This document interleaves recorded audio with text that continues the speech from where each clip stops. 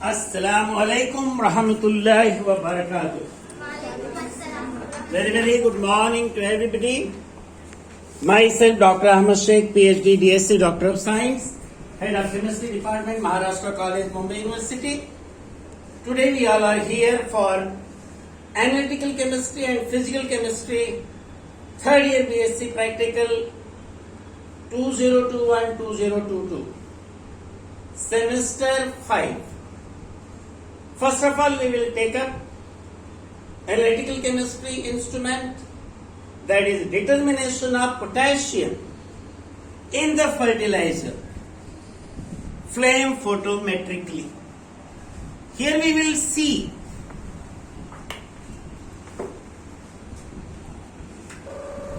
that how flame photometer works and how it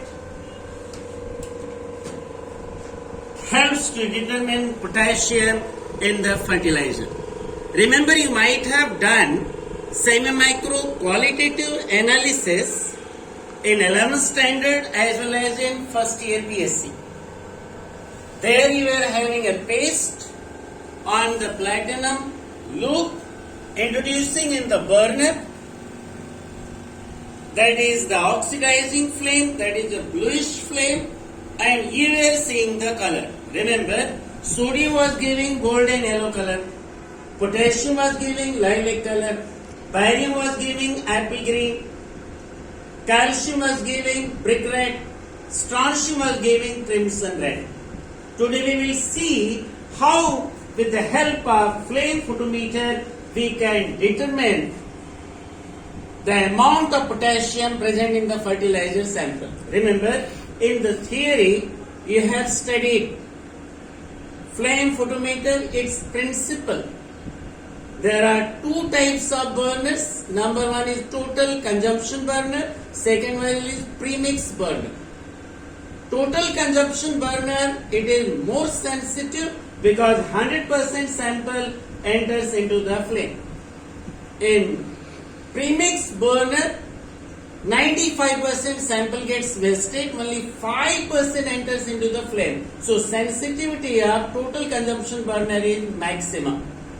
So here you have also studied that there were three concentric tubes. One for the fuel, second was for the oxygen, and third was for the sample. You can see over here, this is for fuel connected with the LPG cylinder and back side to the instrument. And here it is the compressor, air gets in, it goes out, it is going into the flame photometer instrument, connection is backside. And third one you can see over here, here we are having a tubing through which the sample is getting introduced. What we do is that we prepare 1000 ppm potassium sample by dissolving 0.477 gram of KCl into 50 ml. Out of that we take 25 ml and make it 250. From 1000 ppm it becomes what? 100 ppm. Out of this 100 ppm we take 5 ml, 10 ml, 15 ml, 20 ml, 25 ml. We dilute to 100 ml. Automatically it becomes 5 ppm, 10 ppm, 15 ppm, 20 ppm, 25 ppm. And here unknown fertilizer sample will be given to you. You will dilute it to 250. You will take out 25 ml of this, means that unknown in this, make it to 100, and that will be your unknown, that how much potassium is present in the sample. Now what we will do, first of all we will take distilled water over here, we will adjust here 0, and then after that we will take 100 ppm potassium sample in this and we will make intensity 100 over here. If it is 100, well and good, otherwise we will adjust it to 100. And after that again we will take distilled water to cross check that intensity is 0 or not. It will be 0. After that, one by one we will be going on taking 5, 10, 15, 20, 25. Means 5 ppm, 10 ppm, 15 ppm, 20 ppm, 25 ppm. And will be measuring the emission intensity. Then after that, we will be taking our unknown sample, which you had made it to 100, and we will be measuring the emission intensity using this flame photometer. And we'll be plotting a graph. The graph will be emission intensity against the solution concentration in ppm. And from the emission intensity of unknown, we'll be joining to the concentration axis, we'll be finding out in ppm and ultimately milligram amount of potassium present in the potassic fertilizer. That potassium present in the fertilizer. Here I'll show you, this is the filter, this is a potassium filter over here. Similarly, we are having sodium filter over here, so we adjust it and accordingly we come to know the amount of potassium present in the sample. You can see here there is a burner. From here we ignite. From here we ignite it to get what flame? Bluish flame. And here we make pressure at tensile and we adjust accordingly. We keep it at medium and we find out the amount of potassium present in the fertilizers. Now, analytical chemistry, amount of fluoride present in the sample. Colorimetrically, colorimeter, name itself indicates colorimetrically, it measures the color. Color in terms of what? Concentration. Here we use Beer-Lambert's law. Beer's law states that decrease in the intensity of the light is directly proportional to the concentration of the solution. Lambert's law states that this decrease in intensity is directly proportional to the path length, that is the media through which it is passing through. That's the reason why together it is called Beer-Lambert's law, where absorbance A is equal to epsilon BC. Epsilon is molar extinction coefficient, B is the path length and C is the concentration. Here in colorimeter, first of all we take distilled water as a blind. What is this called? This is called a glass cuvette. I will be putting over here, I will be fixing at lambda max 530 nanometer. What is lambda max? Lambda max means the wavelength at which absorbance is maximum. So 530 I have adjusted over here. What I will be doing after putting water in this, I will make the transmittance how much? 100. Remember, if transmittance is 100, my absorbance automatically will be what? 0. After that standardization, what we will be doing? We will be having 100 ppm standard fluoride solution by dissolving 0.055 gram of sodium fluoride. Out of that, we will be taking 10 ml of this, making what? 100. Now it will become from 100 ppm to how much ppm? 10 ppm. Alright, 10 ppm will make it 100. Out of this I will be taking 5 ml, 10 ml, 15 ml, 20 ml, 25 ml. After that, we will be adding 5 milliliters, 5 centimeter cubes of zirconium nitrate in all, 5 centimeter cube. And then we will be adding alizarin red, 5 centimeter cube. That is 5 milliliters. We will dilute it to 100, put in a dark for 30 minutes. After that, we will take it out, we will swirl it, we will shake it, and we will be measuring the absorbance of all the solutions one by putting over here. And after getting the absorbance, what we will be doing? We will be plotting a graph of absorbance against concentration. And they will be getting a straight line, and from the concentration of unknown. See, unknown will be given to you here. You will be making it what? 100 centimeter cube, and will be taking out from here 10 centimeter cube in this Same way we'll be adding 5 centimeter cube of zirconium nitrate, 5 centimeter cube of alizarin red, make it to 100, shake it, keep it in darkness again for how much time? 30 minutes. After that you will take it out and swirl it, shake it and measure the absorbance. Then we'll be plotting a graph that is absorbance against concentration, and from there, from the absorbance of unknown, cutting the axis of concentration, will come to know the concentration of fluoride present in the sample in milligram.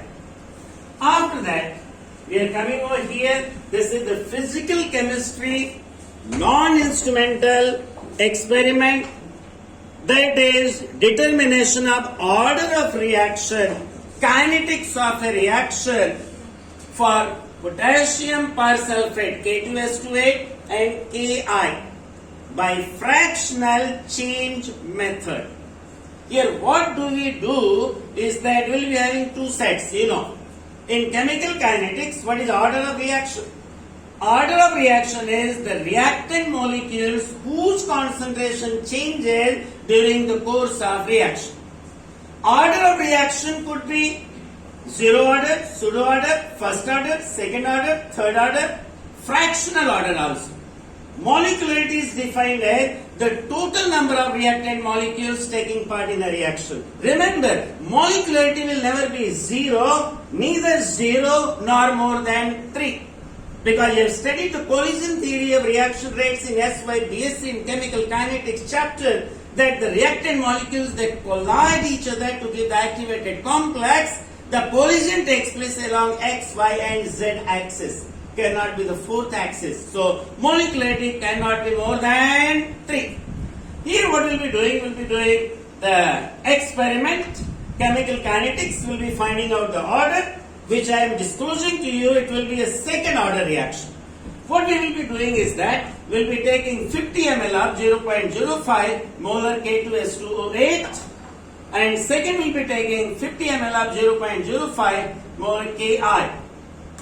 0.05 normal K2S28, 0.05 normal Ki. We'll be putting in the water bath. Our one conical flask will be ready.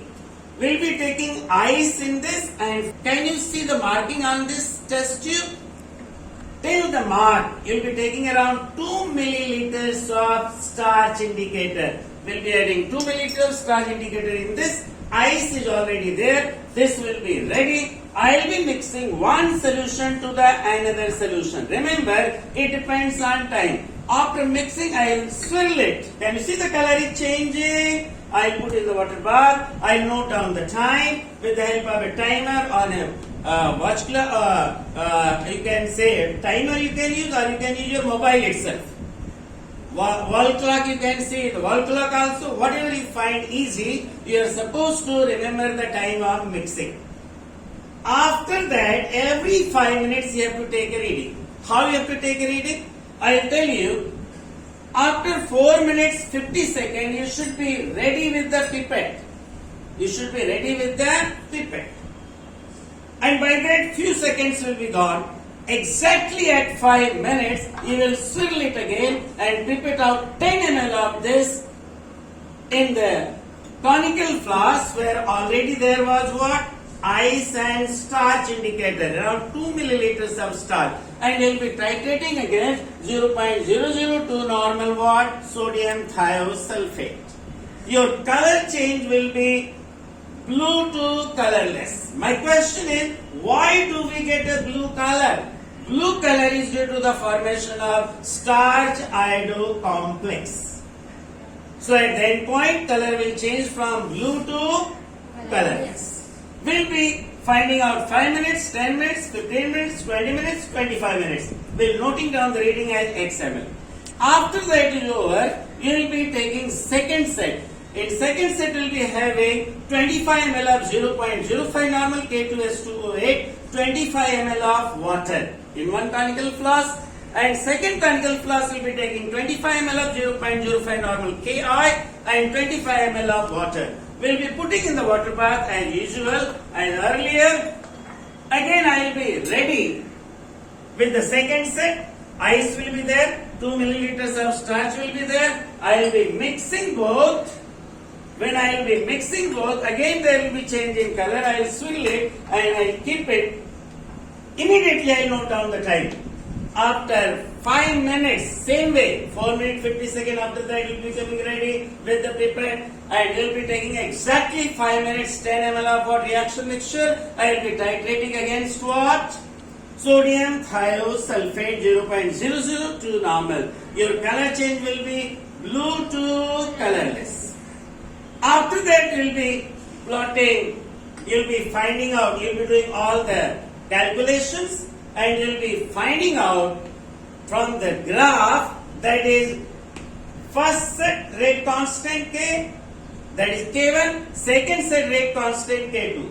Then third graph will be there where you will be plotting a graph of amount of titrant needed, that is XML, whatever sodium thiosulfate was needed, that XML against, and in that case against time, and there you will be finding out both the sets on the same graph paper, that is amount XML against the time T, that will be in minutes. And from both the sets you will be finding out using a calculation the order of reaction, and order of reaction will be coming what? 2. Alright? Now coming to the meter, that is conductometric titration you have studied. Here we will be studying the second order rate constant, that is second order kinetics for alkaline hydrolysis of ethyl acetate with sodium hydroxide. Remember, conductometer name itself indicates we measure what? Conductance. What is the conductance? Conductance is inverse of reciprocal of resistance. What is the unit of conductance? Conductance unit is Siemens. Millisiemen or microsiemen. Millisiemen is 10 raised to minus 3 Siemens. Microsiemen is 10 raised to minus 6 Siemens. Before that, starting the actual experiment, we will standardize the conductometer. Here, it should be standard value 1. You can see it is 0.999. I am making it 1. Here conductance will be what? 1. And after that, you will see in conductance what cell is used. The cell used is conductivity cell. Cell used is what? Conductivity cell. The conductivity cell ka cell constant is how much? 1 centimeter inverse. You can see on the conductometer, that is conductivity cell which we are using. Can you see there is one value? That is standard value. You can see on the conductivity cell 1 is written. Cell constant is what? 1. In this case, we are going to find out alkaline hydrolysis of ethyl acetate with sodium hydroxide. What do? We will be taking 20 centimeter cube of 0.05 normal NaOH in 1. And along with that, we will be taking 50 centimeter cube of distilled water. So 20 centimeter cube of what? 0.05 normal NaOH, and we will be having 50 centimeter cube of distilled water. And here we will be having 5 centimeter cube of ethyl acetate, that is 0.2 molar ethyl acetate. What is molarity? 0.2 molar ethyl acetate. We will be taking it 5 centimeter cube in this, and we will be adding 25 centimeter cube of distilled water. We will cork it and put here in the water bath. Now, what I will do, I will mix both. And after mixing both, immediately I will note down the time. After noting down the time, I will be putting my electrodes where? In the solution. Now this will be on. You will see here, after every 2 minutes, 4 minutes, 6 minutes, 10 minutes, 10, 15, 20, 25, 30. Automatically, whatever reading will come, you are supposed to write it. If it comes in microsiemen, 10 raised to minus 6 Siemens. If it comes in millisiemen, 10 raised to minus 3 Siemens. Alright? So after measuring the conductance of the solution, at what interval? 2, 4, 6, 8, 10, 15, 20, 25, 30. We'll be doing calculation, and in this case we'll be finding out the rate constant, and the rate constant will be what order? Second order. The second order in the sense that it depends on the concentration of ethyl acetate as well as sodium hydroxide.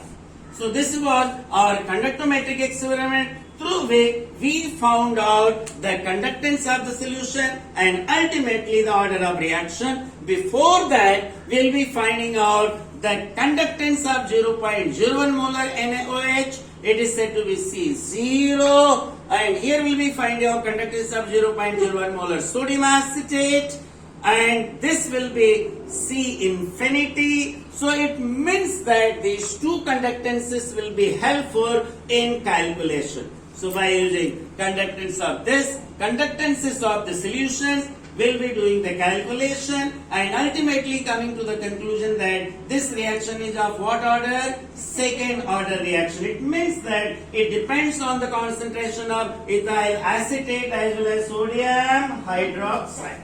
Yes, come. This is pH metric.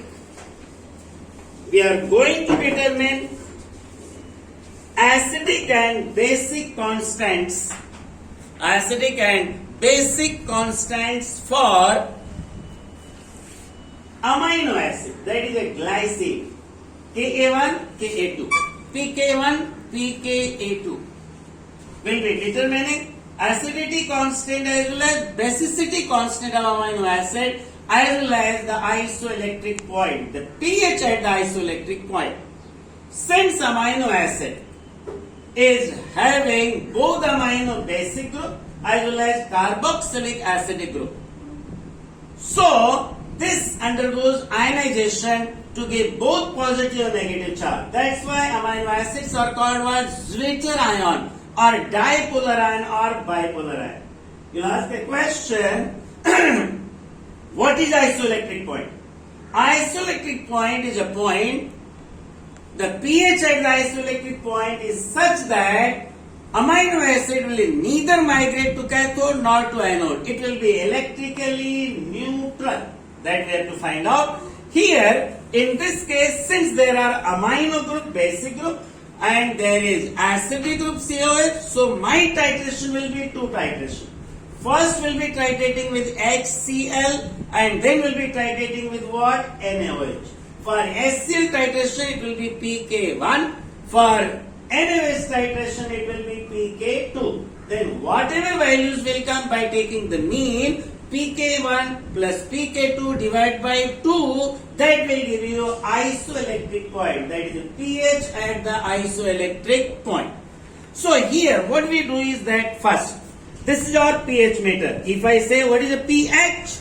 pH is a negative log of hydrogen ion concentration. What is the range of pH? It is 0 to 14. Less than 7 is acidic. More than 7 till 14 is what? Basic. This is the electrode. This electrode is called combined electrode. That is glass electrode and calomel electrode together. You can see the bulb is seen. This pH electrode is all the time kept in solution of pH 4, pH 7 or 4 molar KCl. Why? Because if you don't keep in this, we keep in distilled water or deionized water, what will happen? The ion from the bulb will leach out and the electrode will be spoiled. Remember, this pH electrode is like a fish. Just like fish needs water, always has to be kept in water. This electrode has to be kept in solution itself. That is pH 4 or pH 7 or 4 molar KCl. You ask me a question, sir, why we are putting in KCl solution? The idea is very simple, because potassium chloride provides chloride ion to the electrode. That's why we keep in pH 4, pH 7 or we put in KCl. Secondly, potassium chloride solution ka pH is what? Neutral. So what do we do is that, first of all, we standardize the pH meter. Remember, pH depends on temperature. So first of all, we have to adjust the room temperature. Suppose room temperature is 25, I will be making it 25. And then I will be taking buffer solutions. Buffer solution of, can you see it is a PS7. We standardize with PS7 by adjusting with asymmetric, and then will be pH 9.2 and pH 4 by adjusting with, that is, remember all the time, before using the pH meter, here standardization is must. Listen carefully, pH 7 has to be standardized by adjusting with what? Asymmetric, and pH 4 and 9.2 has to be standardized by using slope. Now here I have put pH 7 solution. My electrode is inside. It is, I am going to make it what? Speak out. 7. So it will be adjusted to pH 7.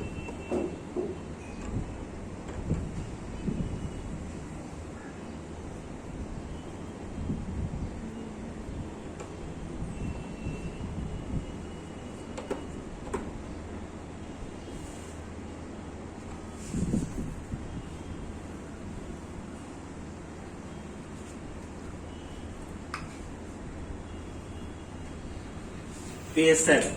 Alright. Similarly, we will adjust with pH what? 4, pH 9.2. After that, standardization. Here, we will be having amino acid. You can see here the glycine solution. 0.1 molar. 0.1 molar glycine solution. From there, we will take how many ml? 50 centimeter cube of 0.1 molar glycine solution. We'll make it to what? 250 with what water? Distilled water. And after that, we'll take out in this, that is 50 centimeter cube of your diluted amino acid. I'll be putting in this magnetic stirrer. I'll be putting here. Can you see magnetic stirrer is rotating? Yes. Will not be putting a glass rod. Some students put the magnetic stirrer as well as glass rod also. You will drink tea and coffee together? No, either tea or coffee. So here we have put a magnetic stirrer. Need not be a glass rod to be put over there for stirring. So this is magnetic stirrer. What I will do over here, I will be putting my electrode this. I will wash my electrode with the distilled water and put in this.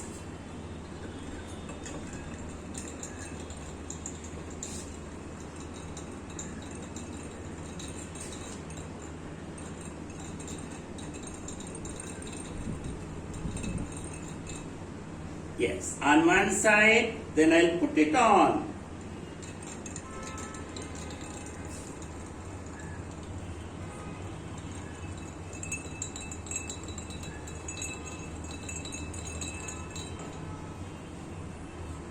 Can you see?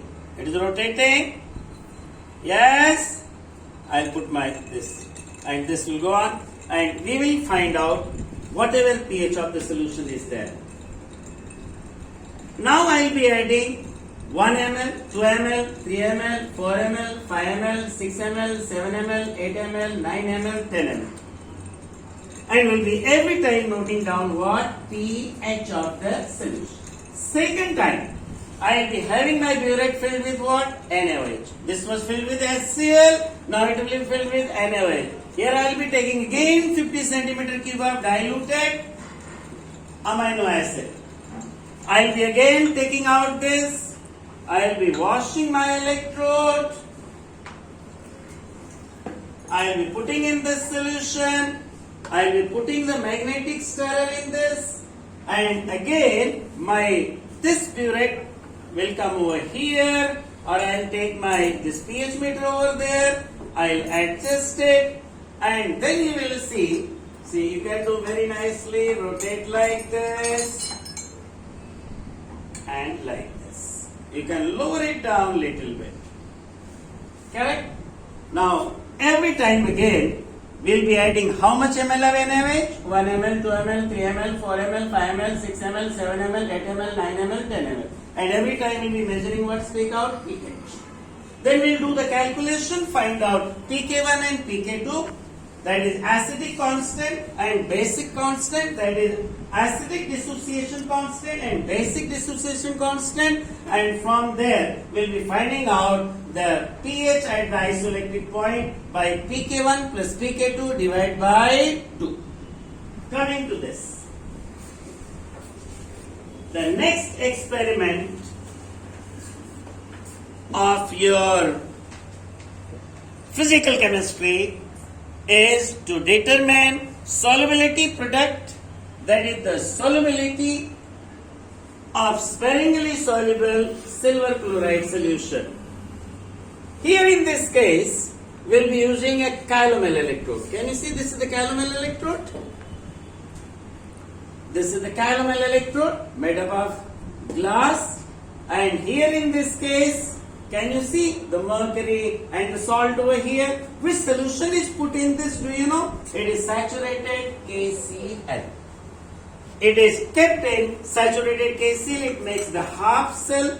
In another we are having here, this is 0.1 molar KCl solution. Out of this, what we'll be doing, we'll be taking 50 ml of 0.1 molar KCl directly, and here I will take 0.05 molar KCl. How much? 25 centimeter cube of KCl plus 25 ml of what? Water.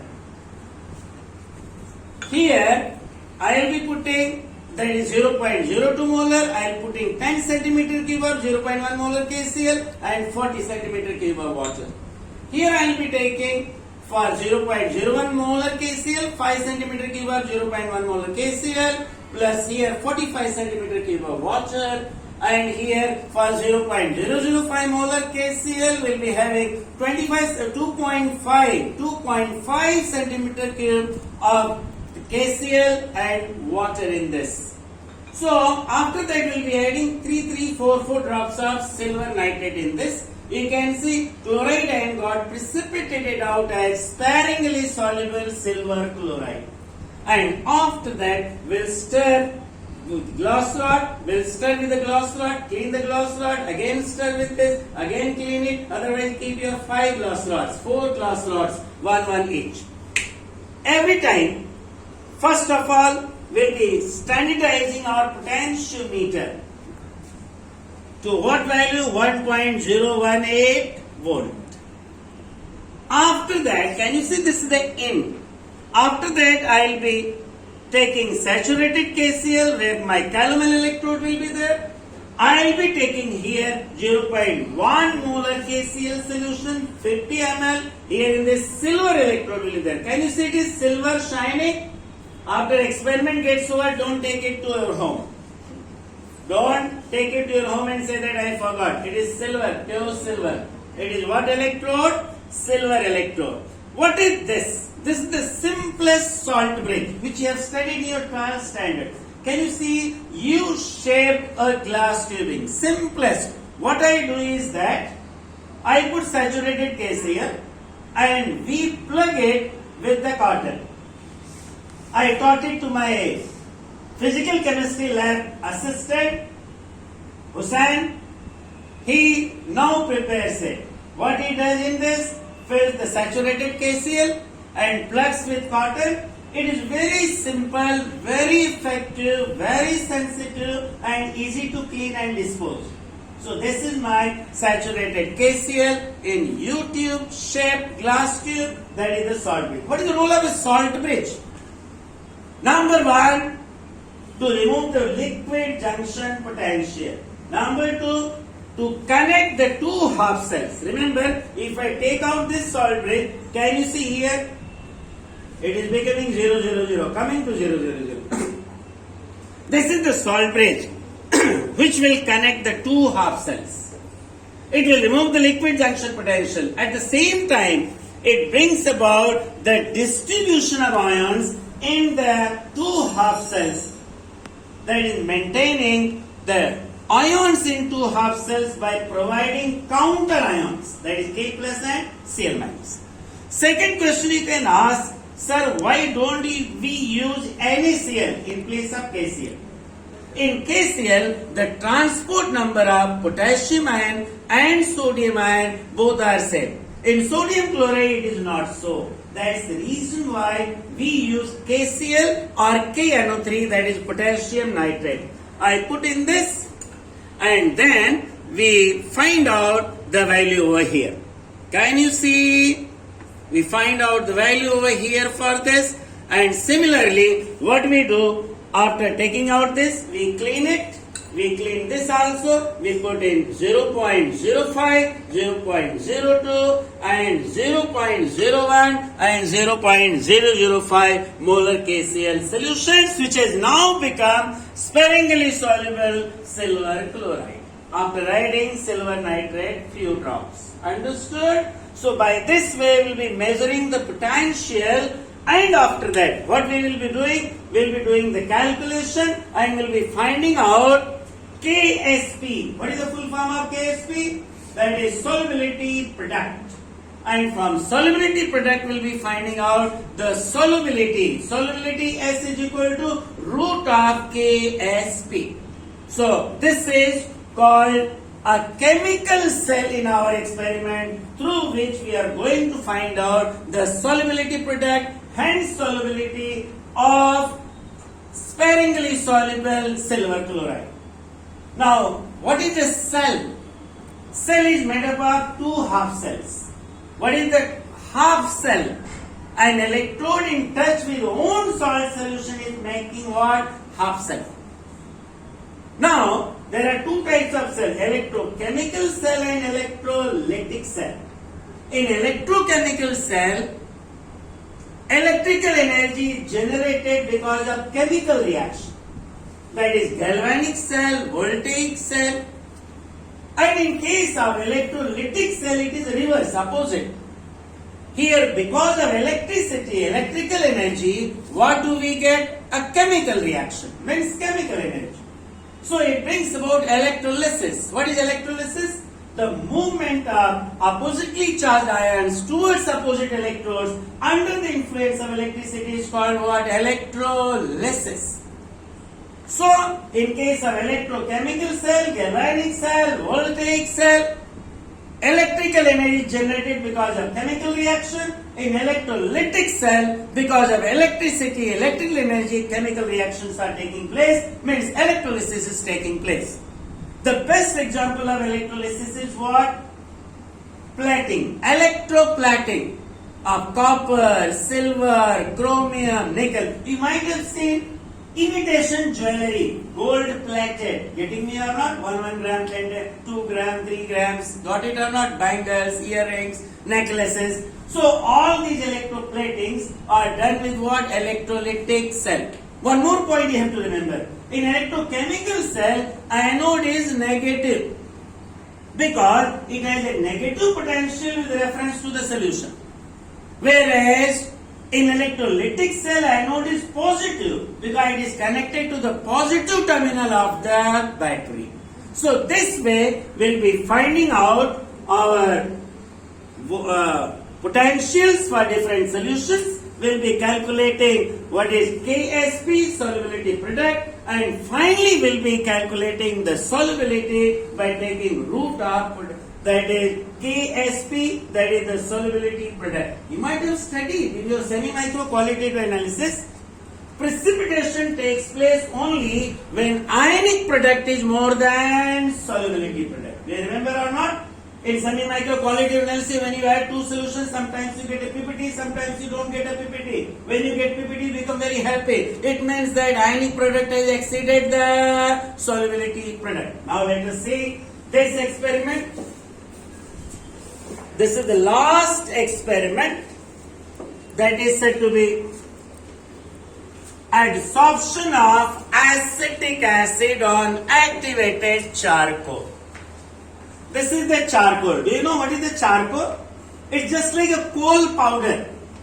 What do you mean by activated charcoal? Remember, when anything is exposed to the atmosphere, there is a moisture in air.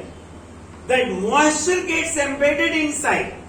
So when it is not activated, it is kept open or put in a vial, put in a bottle. There are pretty well chances while opening and closing moisture rushes in.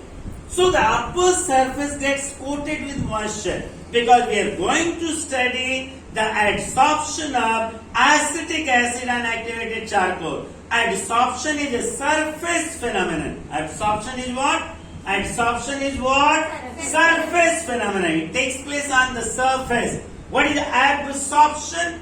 Absorption is a bulk phenomenon. If you put a sponge in water, water will get soaked inside.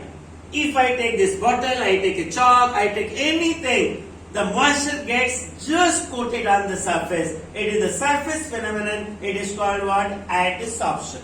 So how will activate it? Our lab assistant, physical chemistry, Hussain, what he does, he heats it before the practical.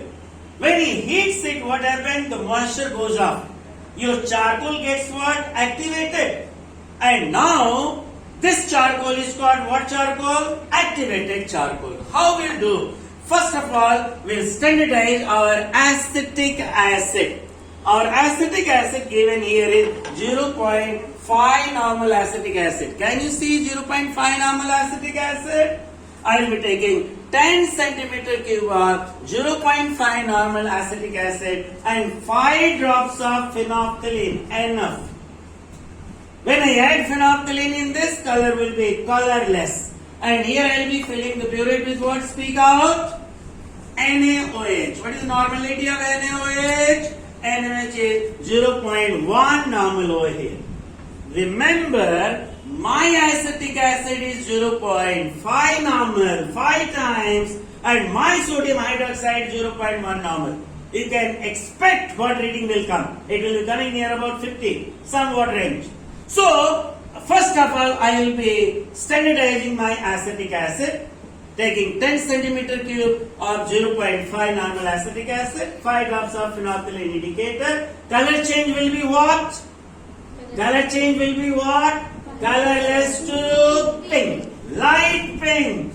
Not more pink. Light pink. After that, what we'll be doing? I have got, you can see, 5 conical flask. It is easy to shake. That's why I've taken, rather than bottle, we have taken a conical flask and we have cork. Here we'll be having 50 centimeter cube of 0.5 normal acetic acid. Here, remember, total volume will be 50. Here it will be 40 centimeter cube of 0.5 normal acetic acid. So 10 ml will be what? Distilled water. And here I will be taking 30 centimeter cube of 0.5 normal acetic acid. How much distilled water? 20 centimeter cube. Here I will be taking 20 centimeter cube of 0.5 normal acetic acid. My water will be how much? 30 centimeter cube. And here I am taking 10 centimeter cube 0.5 normal acetic acid. My distilled water will be how much? 40 centimeter cube. After that, can you see these are the packets? 1 gram ka packet. Again, this is made by our lab assistant, Mr. Hussain. So all these 1 I will be putting in all. Not all 5 in 1. 1 in all. Suppose 5 people are there. How many ice creams minimum required? 5. MashaAllah. So here we'll be putting 1 gram in all, and after putting 1 gram in all, I'll be shaking it for half an hour. So remember, you'll be shaking 2 bottles at a time. After you get tired, and then you'll get 2 bottles. Can you see? This is the charcoal activated, and now I'll be putting in this. After putting in this very carefully, everything goes in. I'll put it and I'll be shaking like this. Don't do like this, it will spill out. Like this, I will be shaking for how much time? 5 minutes, keep it. 2 at a time. Alright? So, 5 minutes, 10 minutes, I will show you. Otherwise, you will think how we will be doing with 5, and it will be very difficult to do it. And you can see it is very easy to do it. Alright? Like this. Can you see? Such a nice thing. It's good exercise. Getting me or not? So therefore you'll be, when you get tired, keep it. Take another 2. When you get tired, take another 2. Like this, how many minutes? 30 minutes. After that you will filter it. Filtrate will come. That filtrate, 10 centimeter cube, I will be taking in a conical flask and I will be titrating. I will be adding 5 ml of 5 drops of phenolphthalein as indicator. How many drops?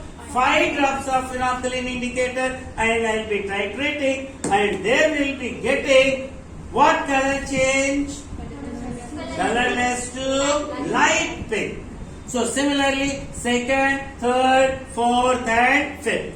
We'll find out the reading. From there we'll be doing the calculation and we'll be plotting a graph from the straight line nature of graph as well as the k value. We will come to know that it is obeying Freundlich adsorption isotherm. You might have studied Langmuir and Freundlich. Do you remember in adsorption chapter? So here we'll be proving it is following Freundlich adsorption isotherm. So by this way, we'll be having in semester 5 practicals, instrumental as well as what? Non-instrumental. Thank God we could do it physically. And now I pray to the creator of the universe that let corona be eradicated, corona be wiped out, corona be totally finished from India as well as across the entire globe, entire world, and we all enjoy the physical teaching and learning in a true sense. Thank you very much for patient listening and learning. Wish you all the best. The batch 2021-2022 Chemistry Department, Maharashtra College, Mumbai University, Mumbai, India.